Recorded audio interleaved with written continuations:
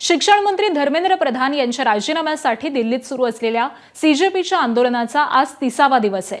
Cockroach जनता पार्टीकडून उद्या 20 जुलैला संसदेवरती मोर्चा काढण्याची घोषणा करण्यात आली आहे। त्यामुळे जंतर मंतर परिसरामध्ये पोलिसांनी तगडा बंदोबस्त तैनात केलाय।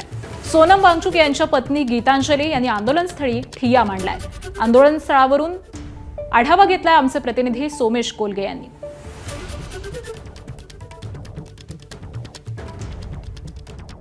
जंतर मंतरवर कॉकरोच जनता पार्टीकडून सुरू असलेल्या आंदोलनामध्ये संसदीय अधिवेशनाच्या पहिल्या दिवशी संसदेवर एक मोर्चा काढण्यात येणार आहे। आणि आता आपण जंतर मंतरवर आहोत, पाहू शकतो आपण की इथे आंदोलक आहेत। अजूनही सोनम वांगचुक यांना इस्पितळात दाखल करण्यात आलेलं आहे, तर अभिजित दिपके यांचं उपोषण सुरू आहे। दुसऱ्या बाजूला आपण पाहू शकतो की मोठ्या प्रमाणावर सुरक्षा यंत्रणांचे जवान हे इथे तैनात करण्यात आलेले आहेत। सुरक्षा यंत्रणांचे जवान, अधिकारी या सर्वांनी संपूर्ण जंतर मंतर रोड परिसराला बॅरिकेटिंग केलेलं आहे। त्यामुळे कॉकरोच जनता पार्टीचे समर्थक आंदोलक ज्यावेळी संसदेच्या दिशेने मोर्चा काढायला निघतील त्यावेळी त्यांना संसदेपर्यंत पोहोचू दिलं जाईल का, हा प्रश्न निर्माण झालेला आहे। पोलिसांनी या मोर्चासाठी, आंदोलनासाठी परवानगी नाकारल्याचंही कळतंय।